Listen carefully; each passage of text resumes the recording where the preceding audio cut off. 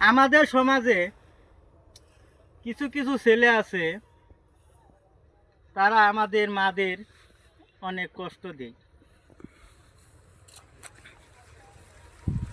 আমি তাদের উদ্দেশ্যে বলছি, তারা যেন তার মায়ের সাথে দুর্ব্যবহার না করে। কারণ একজন মা 10 মাস 10 দিন গর্ভে ধারণ করে তাকে অনেক কষ্টে লালন পালন করে।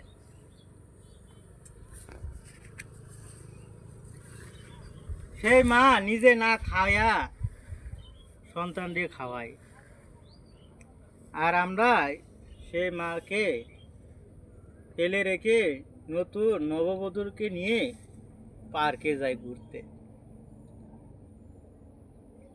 আমি তাদের উদ্দেশ্যে বলছি, তারা যেন তাদের মাকে কষ্ট না দেয়।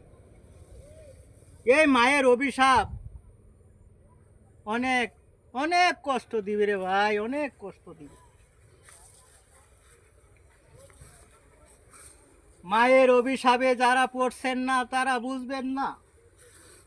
কারণ একজন মা তার সন্তানকে অনেক কষ্ট করে পালে।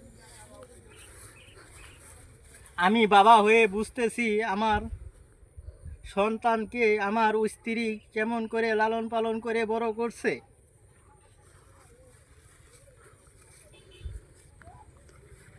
খাইতে গেলে কষ্ট, শুইতে গেলে কষ্ট, কান্না করে, এই করে সেই করে, অনেক ঝামেলা।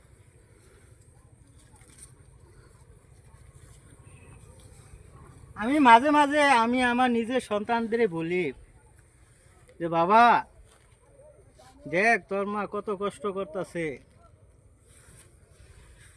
তোরা যেন বড় হয়ে তোদের মাকে কষ্ট দিস না রে বাবা, কষ্ট দিস না।